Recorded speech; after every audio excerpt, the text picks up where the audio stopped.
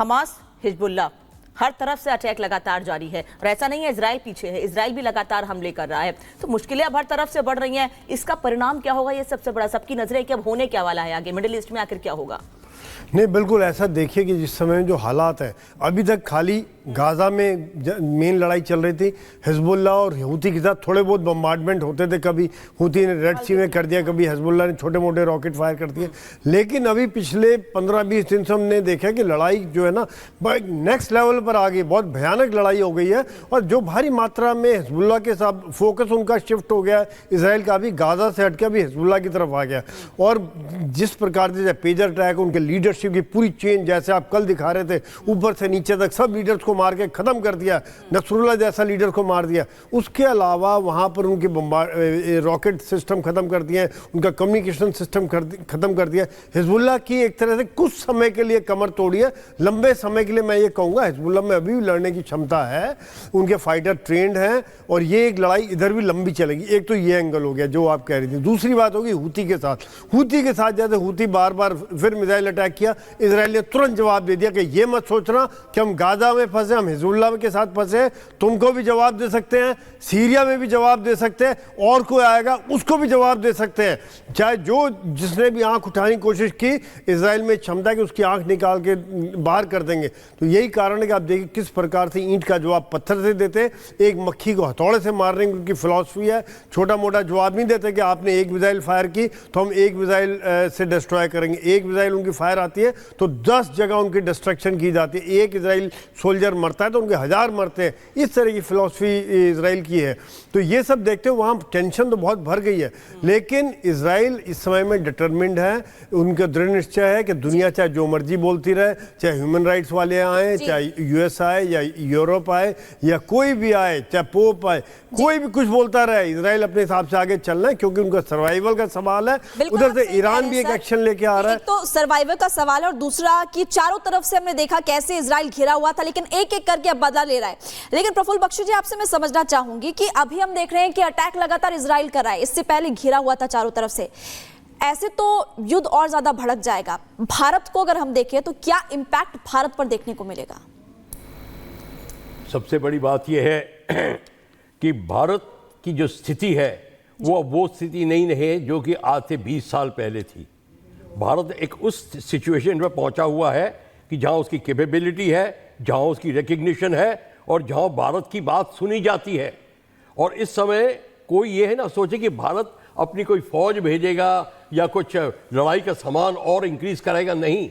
हाँ, अपने डायस्पोरा को सेफ रखेगा, उनको इवैक्यूएट करेगा। पर सबसे बड़ी बात है कि भारत की चिंता ये रहेगी कि किस तरीके से पूरे के पूरे टेम्परेचर्स को नीचे किया जाए, टेंशन नीचे की जाए। वो भारत की जो सुनाई है इसका फ़ायदा दुनिया उठाएगी। जो रेप्रोचमा का एंगल होगा वो भारत को ज़रूर इन्वॉल्व किया जाएगा कि किस तरीके से दोनों कंट्रीज की टेंशन लो हो। पर भारत ये देखेगा उसका इंटरेस्ट कहीं भी हानि ना हो इंटरेस्ट की, चाहे वो trade route, right, intercontinental trade route of railway line and sea lanes जो यूरोप तक जाता है, उस पर असर नहीं पड़ना चाहिए, अपने डायस्पोरा पे असर नहीं पड़ना चाहिए। और भारत को जिस तरीके से हेल्प कर सकते करेंगे। पर ये मत सोचिए कि भारत एक साइड को ज्वाइन करके वो कोई भाग लेने की बात होगी, ये नहीं होगी। और भारत अपनी स्थिति को मजबूत रखने के लिए अपनी टोटल इकोनॉमी को चेक करता रहेगा ताकि उसकी, पर वो ज़रूर है कि ओवरऑल इकोनॉमी जो डाउन हो रही है उसके ऊपर भी हमारी ट्रेड को असर पड़ रहा है और ज़रूर पड़ेगा। इसके लिए भारत चिंतित ज़रूर होगा और बाकी कंट्रीज भी चिंतित होंगे।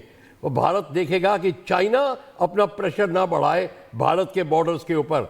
ये सबको ठीक है यहाँ क्या हो रहा है, पर चाइना बड़ा घात लगा के बैठा होगा कि जब सबकी नज़र इधर है तो साउथ चाइना सी और लद्दाख में वो अपना प्रेशर बढ़ाए, पाकिस्तान को इन्वॉल्व करे, किस तरीके से वो मत करे। भारत को वो भी देखना पड़ेगा, अपना भी कोर्टयार्ड देखना पड़ेगा और बाहर भी देखना पड़ेगा। सो भारत की जो स्थिति है वो बहुत बड़ी एक भारी स्थिति ज़रूर होगी, पर भारत की क्षमता ऐसी है कि भारत उसको आराम से संभाल लेगा। और दुनिया इस समय भारत की चर्चा कर रही है कि टेंशन को दूर करने के लिए भारत को ये प्रोटेक्टिंग पावर का स्टेटस दिया जाए किस तरीके से बुलाया जाए, international committee of red cross. चलिए ठीक है सर, आपके पास देखिए वापस लौटेंगे, समझने की कोशिश करेंगे, लेकिन आपको ये बता दें कि इजराइल ने देखिए अपने सबसे बड़े दुश्मन को ढेर कर दिया है और इसकी वजह से कई ऐसे आतंकप्रस्त देश हैं जिससे मिर्ची लग रही है। खास करके अगर पाकिस्तान की बात करें तो पाकिस्तान में नसरुल्लाह की मौत को लेकर मातम मनाया जा रहा है। रिपोर्ट के जरिए आपको दिखाते हैं किस तरीके से पाकिस्तान में इस वक्त जो है शोक मनाया जा रहा है नसरुल्लाह की मौत के बाद।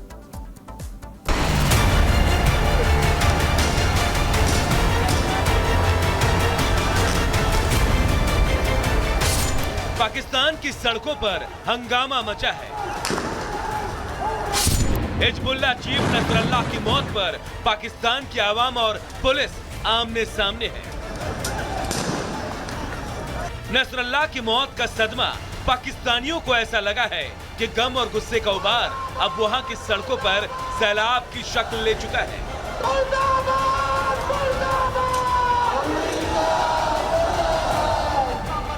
नसरुल्लाह की मौत से वहां आतंक समर्थकों को ऐसा झटका लगा कि वहां प्रदर्शनकारियों का गुस्सा अब पूरी तरह से फूट पड़ा है। नसरुल्लाह की मौत का बदला इजराइल और अमेरिका से लेने की मांग हो रही है और प्रदर्शनकारियों की ये भीड़ हिजबुल्लाह के खिलाफ अपना समर्थन दर्ज कराने कराची में अमेरिकी दूतावास की तरफ कूच कर चुकी है।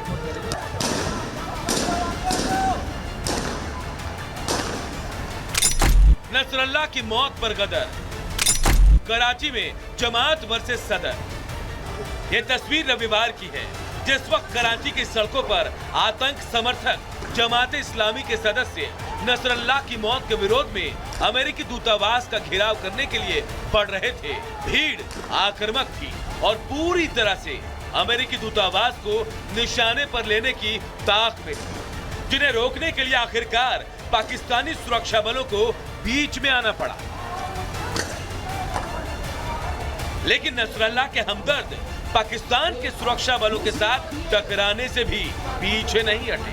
भीड़ को उकसाने वाले जमात इस्लामी के नेता ने उनके दिल में ऐसी आग लगाई कि देखते ही देखते पाकिस्तान की सड़कें युद्ध का मैदान बन गई। पाकिस्तानी सुरक्षा बलों ने प्रदर्शनकारियों को रोकने में अपनी पूरी ताकत लगा दी। भीड़ पर आंसू गैस के गोले तक छोड़े गए, लेकिन जमात के नेताओं के दिल में लगाई आग ने प्रदर्शनकारियों में ऐसा असर डाला था कि प्रदर्शनकारी घंटों तक कदम पीछे करने को तैयार नहीं हुए। हमारा एक मकसद है कि इस्राइल ने एक बर्बरियत, एक जाहरियत की है। हम उस सैयद मजलूम शहीद से इजहार यकजहती और अमेरिका इस्राइल से इजहार नफरत के लिए सड़कों पर आए हैं। नसरुल्लाह की मौत के बाद हिजबुल्लाह के समर्थन में सड़कों पर उतरी भीड़ का यह जज्बा बेवजह नहीं है। दरअसल जिस तरह यह खुद पाकिस्तान के पीएम शहबाज शरीफ इजराइल के विरोध में बयान दे रहे हैं, उसने वहां की आवाम को हिजबुल्लाह के समर्थक का हौसला दे दिया है। बहरहाल अब पाकिस्तान के पीएम और वहां के आतंक परस्त समर्थक चाहे कितना भी उछल ले, इजराइल ने हिजबुल्लाह चीफ नसरुल्लाह को जहन्नुम की सैर पर भेज दिया है और इजरायली पीएम नेतन्याहू ने साफ कर दिया है कि धरती से आतंकियों के सफाई का ऑपरेशन यूं ही जारी रहने वाला है।